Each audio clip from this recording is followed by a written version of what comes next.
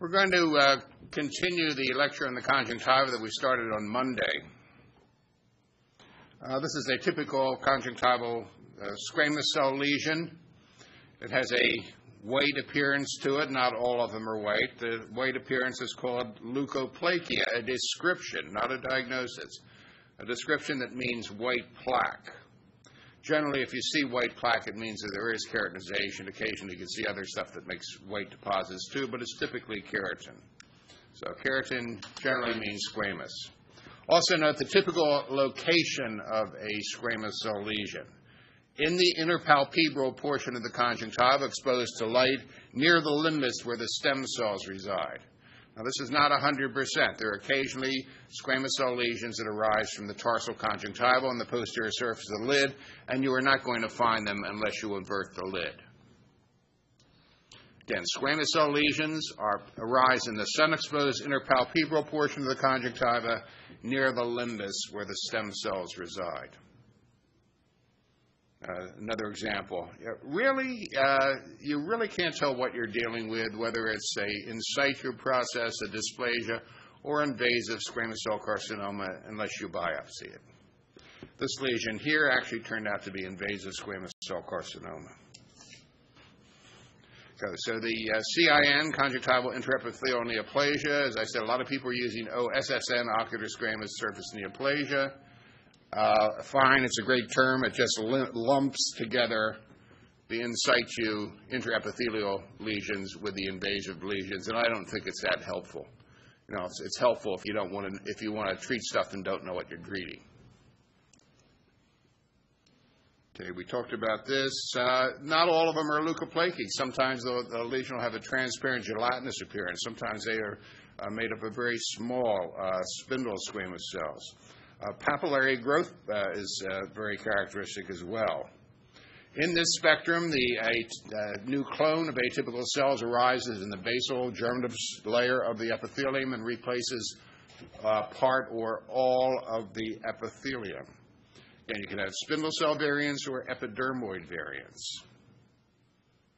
Generally, if it's less than 50% thickness replaced, we call it mild. If it's greater than 50% severe. If it's 100% replacement without any surface differentiation, it's called carcinoma in situ if the basal cell layer, the basement membrane is intact.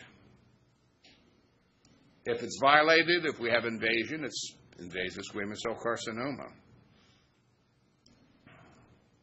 Okay, here's a cartoon, what we were referring to. Here's our new clone of atypical cells.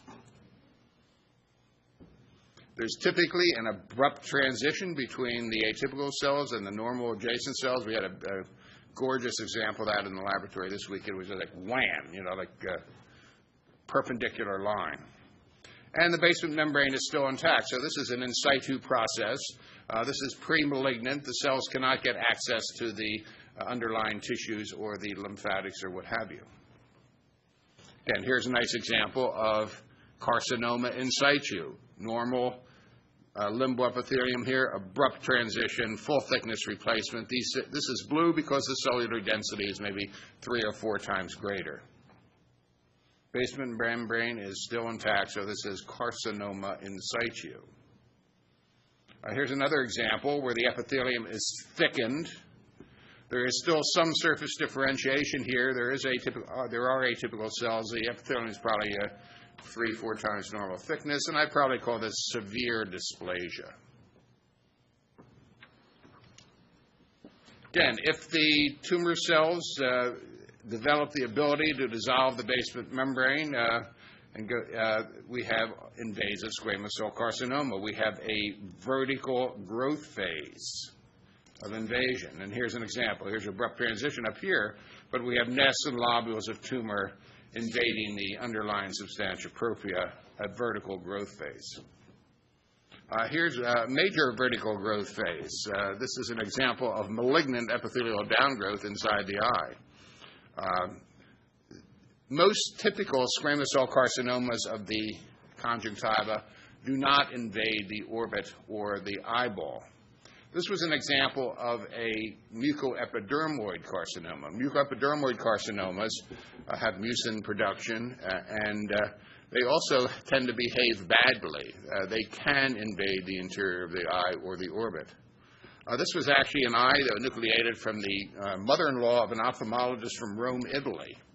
She went in and had a pterygium removed, which was thrown in the trash basket, was not examined histopathologically. It then recurred and was found to be a mucoepidermoid carcinoma. When she made it to Philadelphia, subsequently, the tumor had massively invaded the interior of the globe. This is a mass of keratin in the anterior chamber. You see malignant epithelial downgrowth. Here's another example of mucoepidermoid carcinoma of the conjunctival. We don't see this very often. We had a bad case last year. Again, there are pools of mucin. There are goblet cells admixed with the malignant epithelial cells. Mucoepidermoid carcinoma. Another type of conjunctival carcinoma that tends to behave badly is the so-called spindle cell or sarcomatoid carcinoma, a very poorly differentiated squamous carcinoma made up of spindle-shaped cells. This is another carcinoma of the limbus. We note the large feeding and draining vessels. Yeah, it has a papillary configuration. They frequently do. Just because it's a papilloma doesn't mean it's benign. We see many papillary squamous cell carcinomas in situ. Papillary growth pattern, papilloma is a growth pattern. Not all papillomas are benign. Here's an example of a very large papillary CIN from the Shields practice. Again, we can see the classic vascular loops within the frons of the tumor, but this is not a benign papilloma. Here is the histopathology. Wall-to-wall replacement of the frons by atypical cells. Here's the central vascular cores, but this is a papillary squamous cell carcinoma in situ. This is an interesting example. Here's a tumor that's actually coming out of the puncta. This was actually from it's an interesting case. It was an old case from the pediatric service. A young girl, I think she was like 10 or 11, she had a history, I think the mother had a history of condylomata. And this is a feature of squamous lesions called coilocytosis. These cells with lucent cytoplasm and pycnotic nuclei. This is a sign of viral involvement. And she was actually, immuno was done, and she was found to have HPV 611, which is a kind that causes condylomata, and she had recurrent episodes of papillomas coming out of one came out of the superior punctum, one came out of the inferior punctum. I'm not sure whatever happened to her, but not a great prognosis. Coilocytosis equals viral. And here is, there was a history of condylomata during infancy, and this is in situ hybridization for HPV 611. This is a nonagenarian who had another feature that you can see in squamous carcinoma. He had an initial biopsy, I think, done by Herb Raber many years ago. We can see the atypical epithelium here, and we can also see the nests and islands extending down to the deep margin. So we had an invasive squamous cell carcinoma that had been incompletely excised. No mucin was seen. Mucoepidermoid carcinoma, you don't always see the mucin. You may lose the mucin. I'm not sure this is mucoepidermoid or not, but anyway, there was extensive involvement of the deep margin, higher magnification just showing the atypical squamous cells. We can see that there is some pacification of the peripheral cornea here, which is getting worse. This is a sign of infiltration of the corneal stroma by tumor. We've seen this several times. Again, it's getting worse. It's going all the way across the surface of the globe, and here is the nucleated globe. This is all nests and cords and islands of squamous cell carcinoma infiltrating the corneal stroma, causing a pacification. Maybe a suggestion of mucus production here. Yeah. Here's definite mucus production. This is a mucoepidermoid carcinoma, which was not present in the original biopsy. Again, mucoepidermoid bad invades.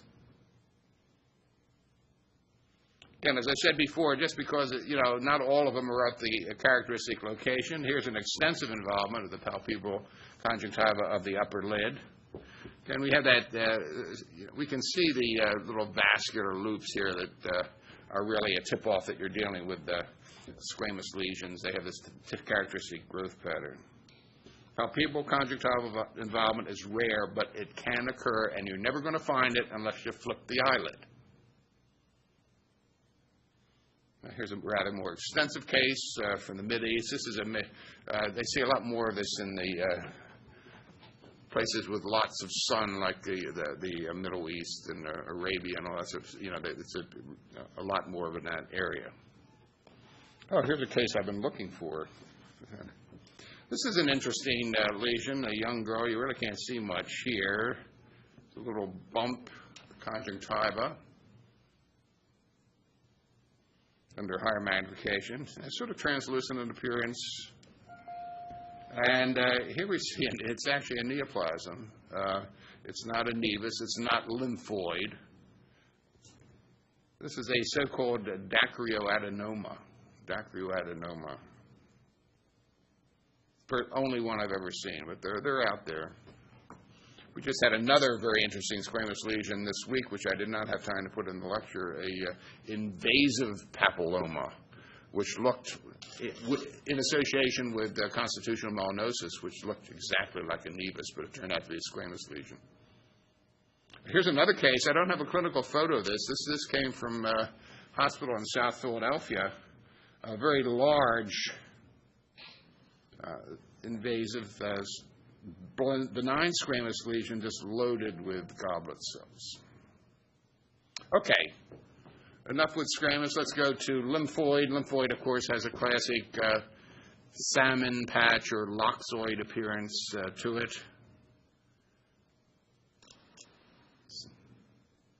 Again, we can have follicular lymphoid hyperplasias. As I said before, the term atypical lymphoid hyperplasia is tending to disappear because we now know that most of these cases are actually low-grade lymphomas if you do immuno. Then we have the frank malignant lymphomas, and a lot of these are low-grade lymphomas. Is this benign or malignant? Well, there's definitely a salmon patch here. The presence of bumps and follicularity suggests that this might be follicular lymphoid hyperplasia. Here's the biopsy under low magnification. Of course, we can see the follicular centers here. So this is an example of follicular lymphoid hyperplasia. This is what stain is this, for B's or T's? This is, what kind of cells are in the follicles? B cells. This is a CD20 stain, L26. And of course, the T cells are present in between the follicles, and here's the T cells stain, CD3. Okay, so this is an example of benign reactive follicular hyperplasia of the conjunctiva. Again, this is a polymorphic infiltrate. Polymorphic means you see a variation in the types of cells. Here's another example, a more diffuse lymphoid infiltrate involving the inferior conjunctiva. Well, as I said before, there are three things that can look like this, three things that can have this color. Lymphoid by far is the most common, but I've seen a case of amyloidosis that has looked like this, and sarcoidosis may have the same appearance, that same color. So lymphoid, sarcoid, amyloid can also always look like this. Okay, here's your histopathology. It's monomorphic. We see a sheet of small blue cells under higher magnification. Again, it's variations on a theme. They're small, well-differentiated lymphocytes, but it's a monomorphic proliferation, and that's consistent or highly suggestive of a lymphoma. Before immuno, we definitely would have called it atypical lymphoid hyperplasia. Now we have immunohistochemical stains or flow cytometric analysis to tell us what we're dealing with. Flow is nice, but it needs fresh tissue. If you're out at some community hospital or suburban surgery center, you're probably not going to be able to do flow. We can do immunohistochemistry on paraffin tissue, however. Okay. In the eye and head next, we're basically dealing with non-Hodgkin B-cell lymphoma. There are rare T-cell lymphomas, but the great majority are B-cells. They are positive for CD20. Most of them are low-grade lymphomas. More than 50%, maybe 60%, are extranodal marginal zone lymphomas of mucosa-associated lymphoid tissue, or MALT lymphomas.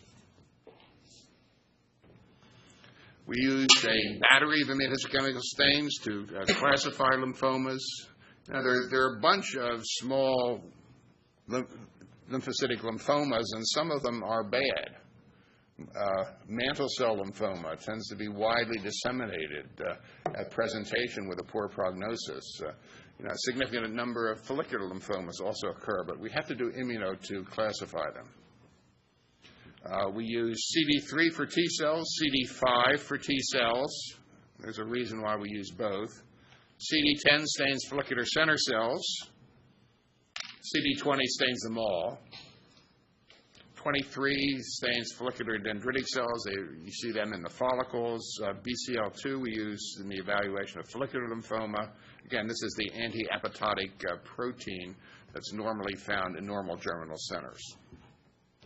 And cyclin B1 or BCL1 is used in the evaluation of mantle cell. And I'll show you some examples of this.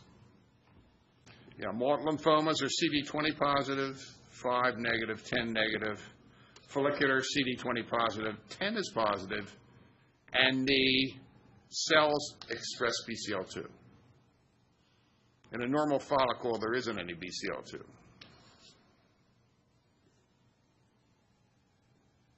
Okay, mantle cell 20 and 5. The cells co-express a B-cell marker and a T-cell marker. But the 3 is negative.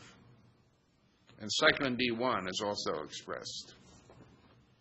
And then we can have 20 and 5 also are stained in, you can have chronic lymphocytic leukemia that forms tissue deposits too. And it's also CD5, CD20 positive, but it doesn't express cyclin. And this is a little bit complicated. So here's the pattern. We always get a bunch of slides, a panel of slides, and this is the immunoreactivity of a MALT lymphoma. It's CD20 positive. There's always some T cells floating around. So here's the T cells, probably less than 5% T cells, staining with CD3 and a similar expression of CD5. So CD3 equals CD5, and 10 is negative. So this is what we find in a MALT lymphoma. Okay, here's another small lymphocytic lymphoma. These cells are a little bit bigger, not quite as small as what we just looked at. And here's a mitotic figure down here.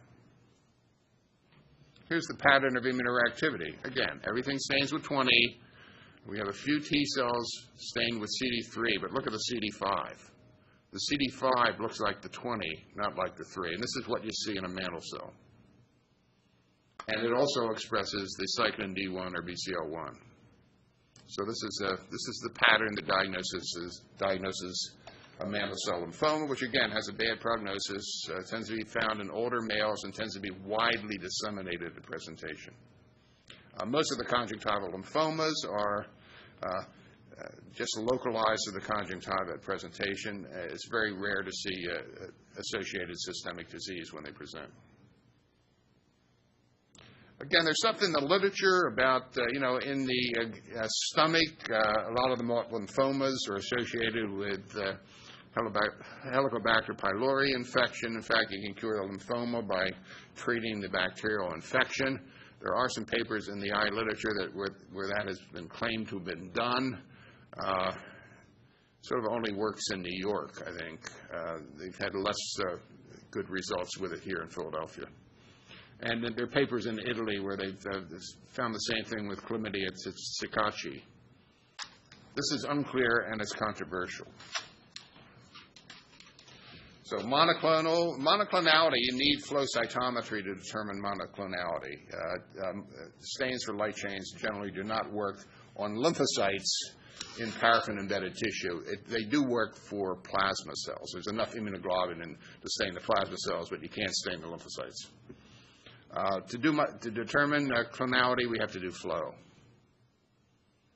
Looking for kappa or lambda light chains, you need flow cytometry to do that. Okay, we went through this before. Again, conjunctival lymphoid tumors generally arise from the resident population of lymphocytes. There's always lymphocytes, inflammatory cells in the conjunctiva. They're rarely the initial manifestations of systemic lymphoma. According to an old series by Fred Jacobiak, 20% of patients with lymphoid lesions of the conjunctiva have a past history of, have concurrent lymphoma, or will develop systemic lymphoma. Orbit, it goes up to 35. Eyelid, preseptal eyelid, it's much, much higher. Again, most are MALTs, extranodal marginal zone lymphomas. We see diffuse monomorphic, monoclonal, infiltrative, well-differentiated B cells.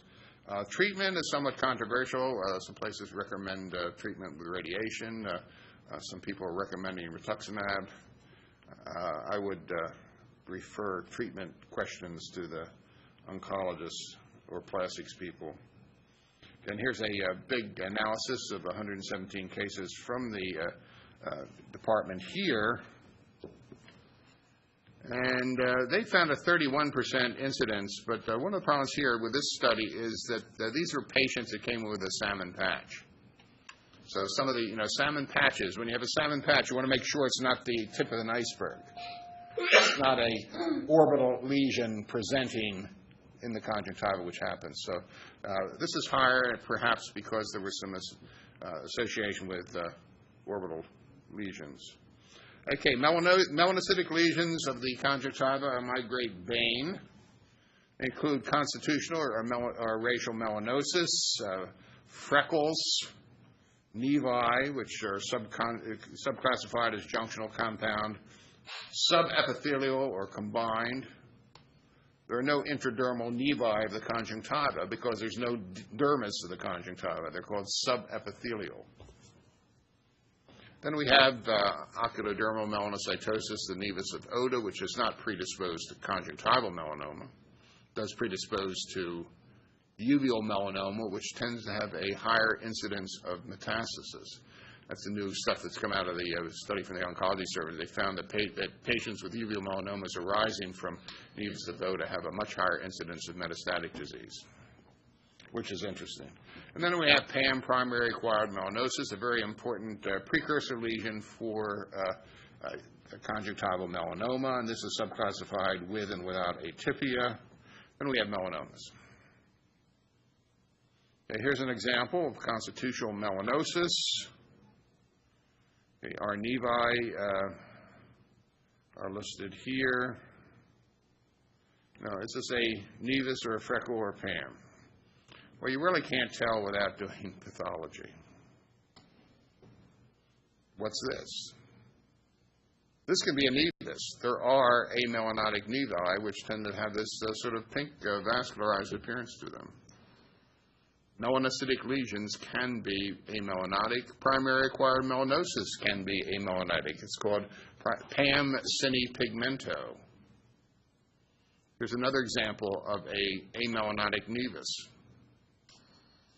Nevi tend to, a lot of the nevi that make it to our laboratory, and we see quite a few, maybe 1 or 2 a week, tend to be excised from teenagers for cosmetic reasons or due to the fact that they tend to enlarge and become more heavily pigmented when hormones are flowing.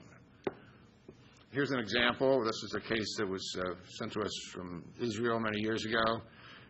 It looks like a nevus. We see the cysts within the nevus here. And this is age 11. Here's age 13. Again, the lesion has enlarged, has become more pigmented as the woman has gone through menarche, but it is still a benign compound cystic nevus. It can also enlarge during puberty or pregnancy. Junctional nevi, the nevus cells are present at the junction between the epithelium and subepithelial tissues. Subepithelial stroma is not involved, and these are quite rare in my experience. A junctional nevus in an adult is primary acquired melanosis until proven otherwise. You tend to lose your junctional component to a nevus with age. Now here's an example of a junctional nevus. These are the nevus. This is an amelanotic one, nevus nests at the junction of the epithelium. Here we're demonstrating that these are melanocytes using microphthalmia transcription factor as our immunomarker. Okay, in subepithelial nevi, we don't have any junctional activity. This is what we tend to see in older people. You can see a cystic nevus, but it doesn't have any junctional activity anymore. All the cells are down in the substantia propria. And more common with increasing age is the junctional component is lost, no malignant potential. Malignant potential is with a junctional activity. Here's an example of a subepithelial nevus. Again, there's no junctional activity up here with the conjunctival epithelium, and we see nests of nevus cells that vary in their pigmentation and size. This is called nevus polarity. And again, here's melon A showing that this indeed is melanocytic in nature. Compound nevi, the great majority of nevi that we see are compound cystic nevi, which have both junctional and stromal components. We see characteristic cystic and solid rests of surface epithelium. Just because you see a nevus and cyst doesn't necessarily exclude malignancy, because rarely melanoma is going to arise from nevi. So there may be a nevus there, but you can't totally exclude a malignant transformation. In my experience, the cysts within cystic nevi tend to enlarge markedly with age. Here's your classic one. I think this is one in my textbook. These are the cystic rests of surface epithelium with goblet cells, the junctional activity, subepithelial. A lot of general pathologists are unfamiliar with this.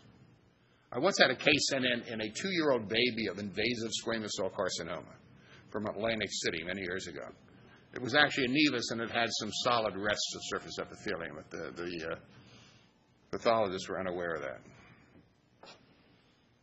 Here's another example. Compound cystic nevus, a somewhat older patient with larger cysts.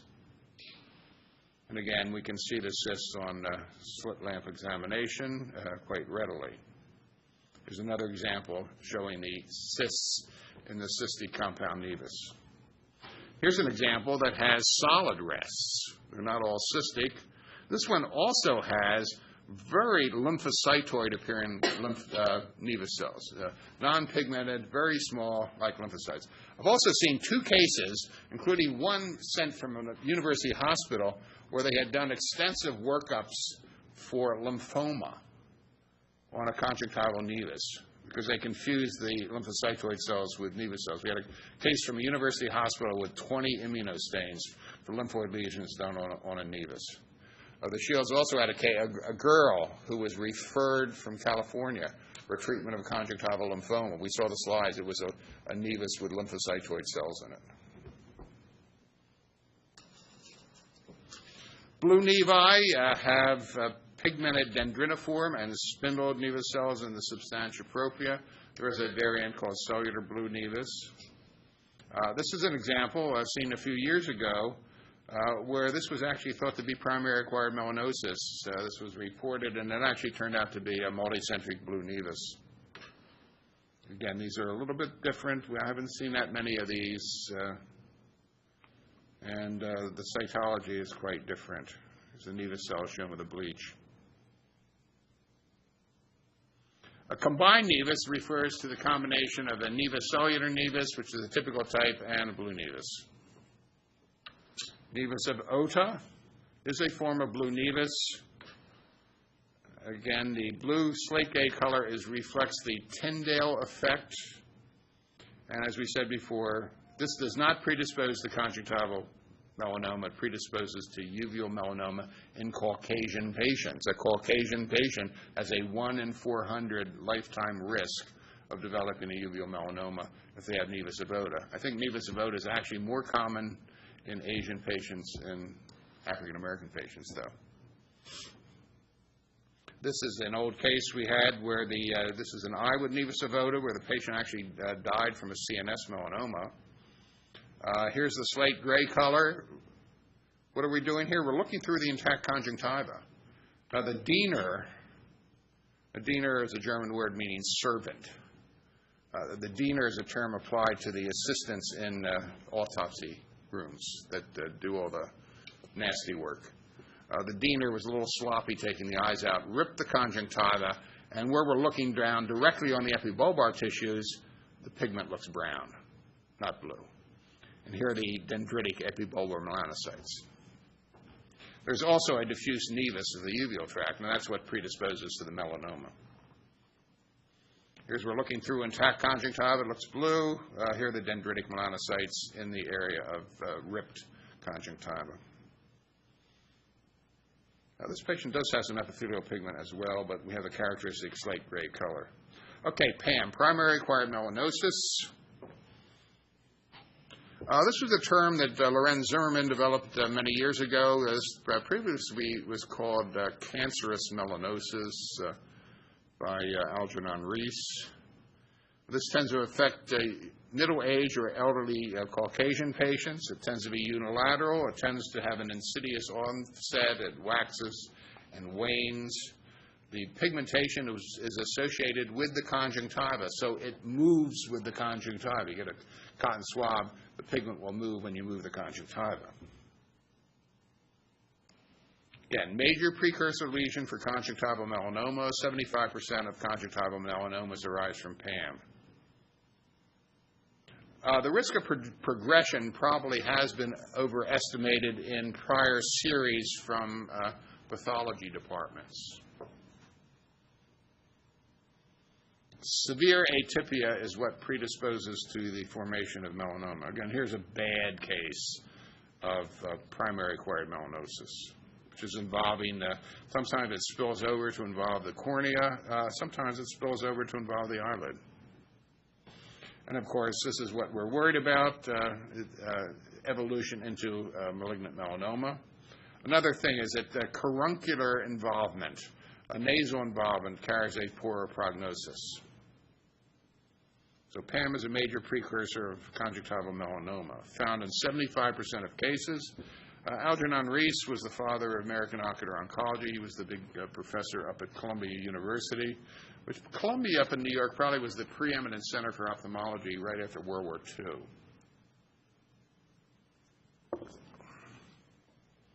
And here's his example of cancerous melanosis. The term precancerous and cancerous melanosis, one of the problems with this is there were a lot of people that got their eyes removed that probably didn't have to have their eyes removed at the time. So Zimmermann at the AFIP came up with his classification, benign acquired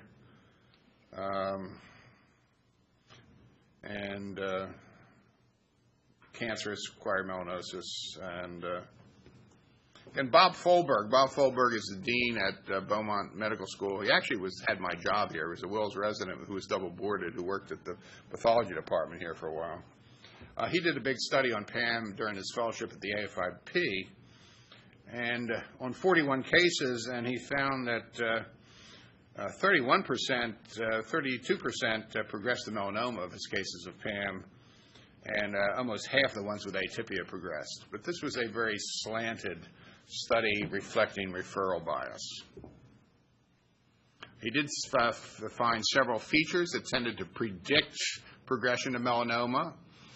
The presence of atypical melanocytes that weren't confined to the basal cell layer of the epithelium, and the presence of epithelioid cells. Again, if you saw this essentially pagetoid involvement, 90% went on to invasive melanoma.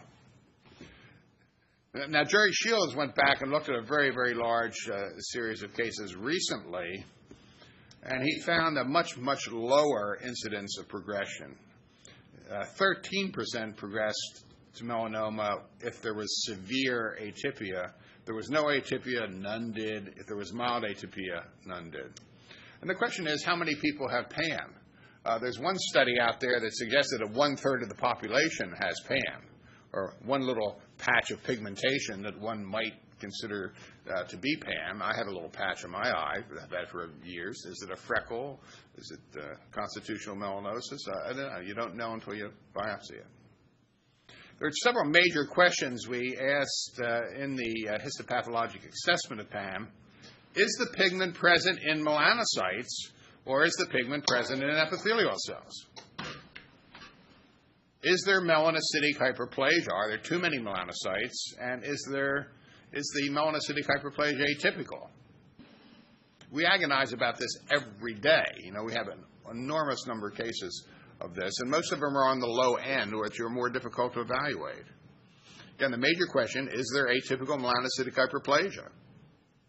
Or is the pigment just in melanocytes and is like one expect in racial melanosis?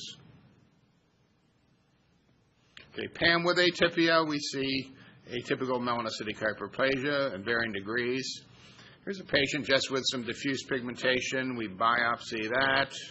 The pigmentation is within the epithelial cells. This is what we see in constitutional melanosis. Typically, we often see these little umbrellas of pigment protecting the nuclei from the sun.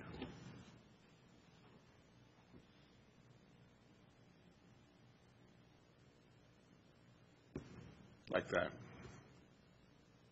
So the pigment is in the epithelial cells. There's no atypical melanocytic hyperplasia. Now here's an example. Again, the same thing. Here's another example, PAM without atypia. There's pigmentation that's in the basal cell layer. There's no melanocytic hyperplasia. Again, how do we know that? Well, it's very difficult to tell just with standard H&E sections. We've been getting an awful lot of immunohistochemistry recently to determine if there are increased number of melanocytes. PAM without atypia. Now, here's a case where there are some cells now at the base that are starting to look a little funky. The late Ian McLean said in PAM, it sort of looks like mixed nuts, the cells at the base. You may have a peanut and an almond and a Brazil nut and a variation in the cells. It's an example of PAM with mild atypia. Moderate atypia, again, we're starting to have an increase of atypical cells at the base.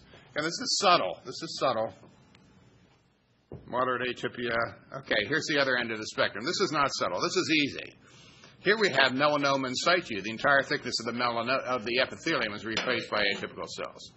And these are the cases that have a 90% chance of forming a melanoma. Here's another example.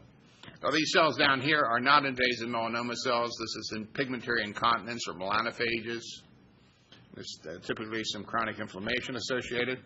Here's another example, PAM with severe atypia. This is one of the ones that's non-pigmented. Cinepigmento. Again, a lot of people now, the AJC classification does include something called melanoma in situ. This is non-basilar, and they're epithelioid cells. Now, I just had a consultation from the Midwest a couple of weeks ago.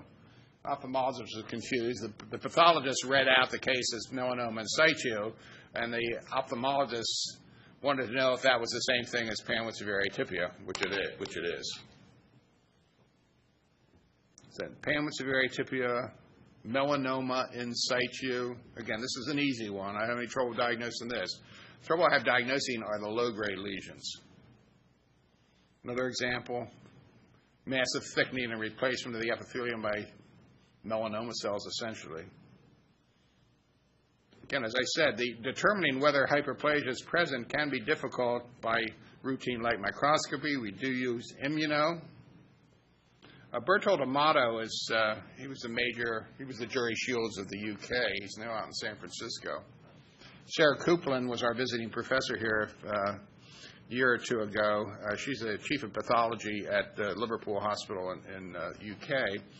And Bertil and Sarah came up with this conjunctival, this new classification. I tend to agree with their general concepts. I have a problem with their terminology. They call, if there's no melanocytic hyperplasia, they call it hypermelanosis. If there is, they call it semen. Yeah, that's why I don't like it. Everybody chuckles. I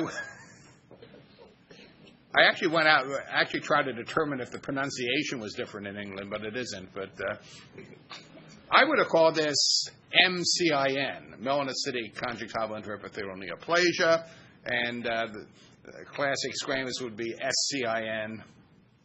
I'm not sure whether this is going to be adopted or not. It's in the literature. It's a very nice scientific study, but again. Okay, as I said before, conjunctival melanoma, 75% arise from PAM. Conjunctival melanoma is about 1/10 as common as uveal melanoma. You'd never know it around here. You know, we see so much conjunctival melanoma around here, but it's really pretty uncommon disease. It's about half as deadly as uveal. Uveal kills 50% of patients. Conjunctival melanoma kills about 25% of patients. It does metastasize to regional lymph nodes. Where does uveal melanoma metastasize to? The liver. This metastasizes to nodes. And again, there's no lymphatics in the posterior orbit, supposedly.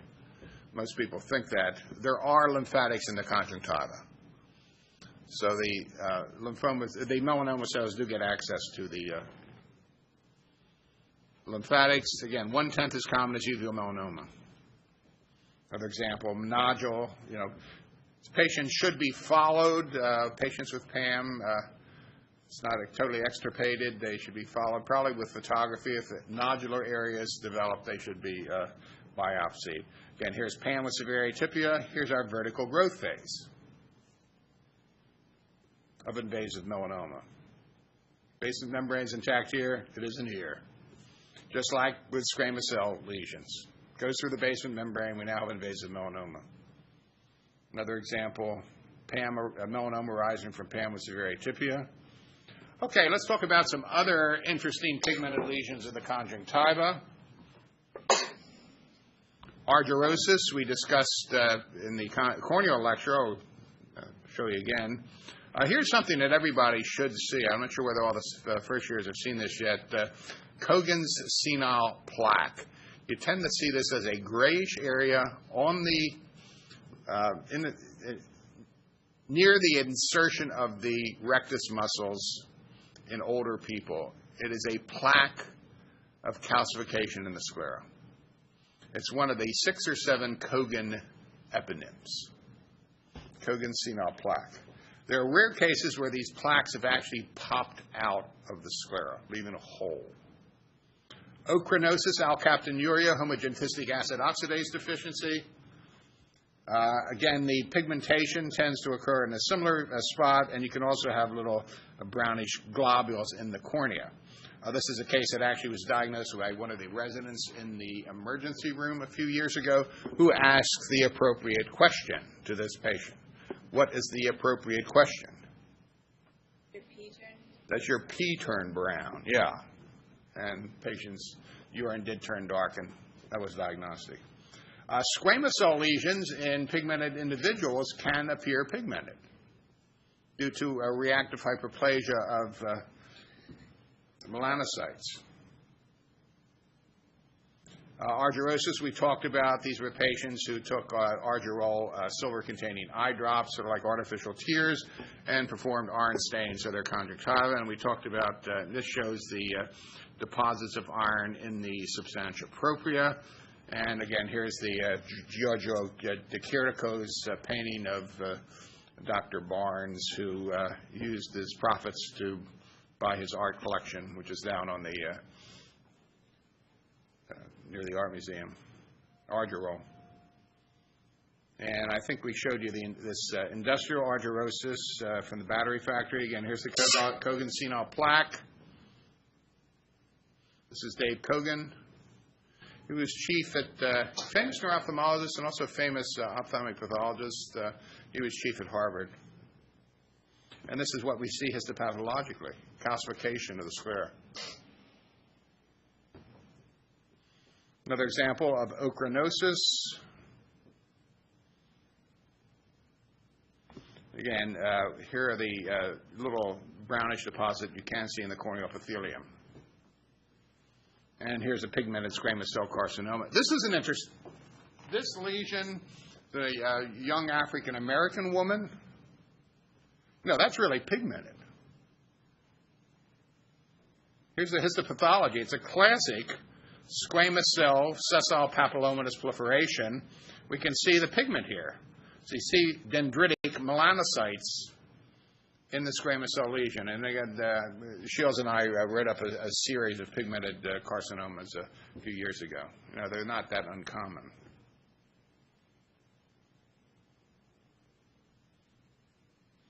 I think we showed you this patient. This is a corneal tattooing, conjunctival tattooing, a guy that was in a explosion in a coal mine.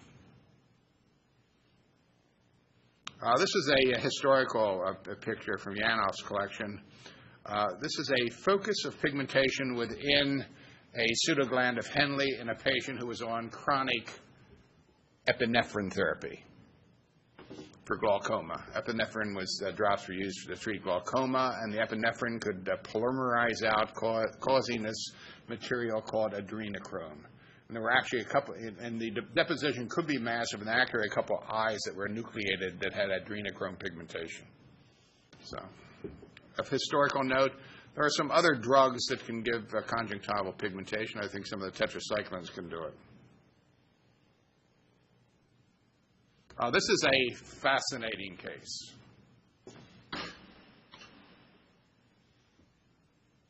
Pigmentation, unilateral, elderly man.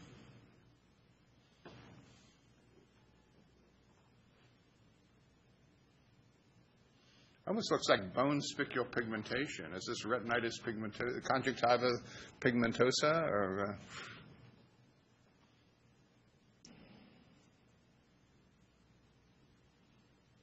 Any ideas here? Fortunately, I don't have the I didn't put the pathology picture in here, but it's. There's a subepithelial plexus of pigmented cords in the conjunctiva.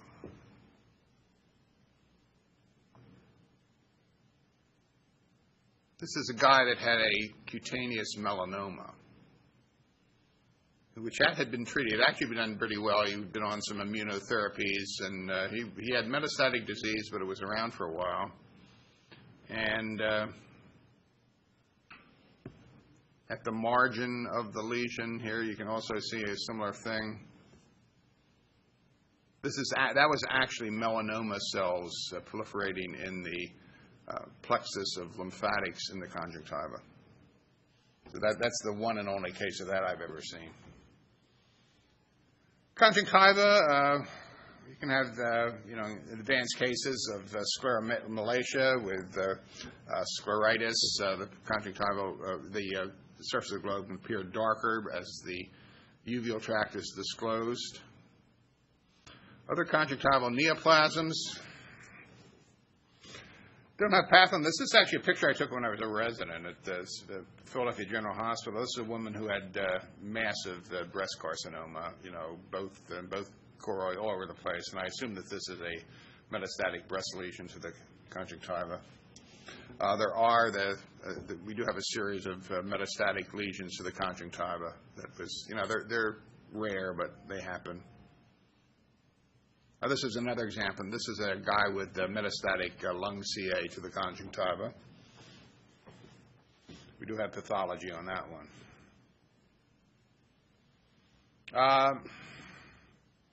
This is a lesion that can be or has been confused in the past with subconjunctival hemorrhage.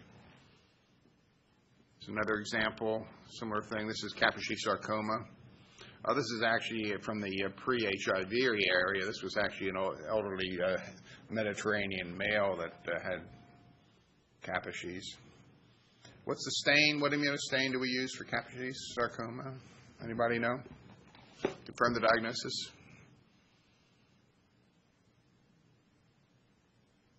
Human herpes virus 8. Herpes 8 stains Kaposi's, and it's also thought to arise from the lymphatic channels. So WD-40 is the stains we use. Again, this shows you the pathology.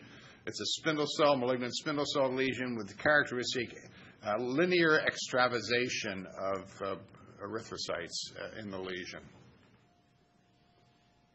This is a guy. This guy used to work in the Will's cafeteria back when Will's had a cafeteria. Guess we can show his picture because I think he's probably been dead for 40 years. But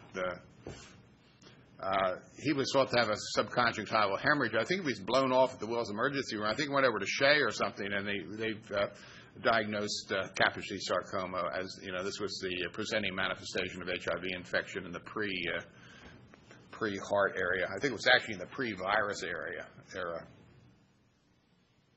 Okay, here's a child with a so-called botryoid lesion. Botryoid is one of the three grape words we use. Staphylo means a bunch of grapes, and uva means grapes, and botryoid means a bunch of grapes. This is a lesion in a child that arose very rapidly. In fact, the clinicians said that they could see this thing grow from morning to evening rounds. What do you think this is? This is a botryoid neoplasm. It's a botryoid rhabdo. Botryoid rhabdomyosarcoma associated with mucous membranes. Sarcoma botryoides is an embryonal rhabdo with a female genital tract. It's a similar thing, mucous membranes. This is the sarcoma down here, some rhabdomyoblasts in this area. Here's the final case. Any idea about this one? Very interesting appearance to the conjunctiva. It's sort of like whitish and translucent and has a bubbly appearance to it. Any idea? Here's the patient.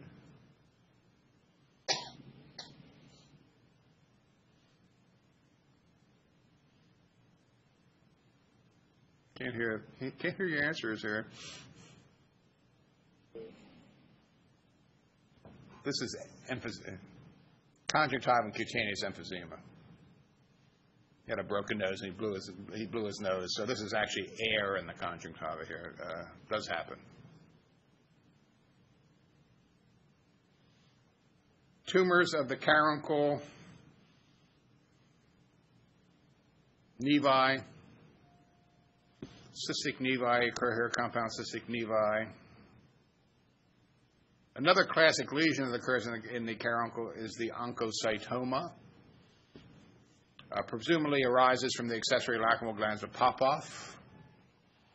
The cells have abundant, copious eosinophilic granular cytoplasm, reflecting the presence of an increased number of mitochondria in the cells. There are cases that have found mitochondrial DNA abnormalities in oncocytomas as well. They occur elsewhere in other structures. You can have them in kidney, and you can actually see them in conjunctival epithelium sometime. But oncocytoma, classic caruncular lesion, can occur in Cocker Spaniels. It's called churiae in Cocker Spaniels. You can have cysts of the conjunctiva, presumably from the accessory lacrimal glands. Here's an example of sebaceous gland hyperplasia, benign sebaceous gland hyperplasia of the caruncle.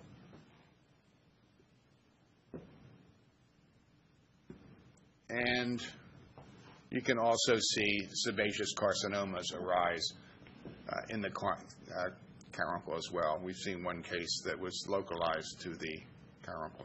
So that's a lot of information about conjunctival pathology that you've heard the last several days, and thank you for your attention.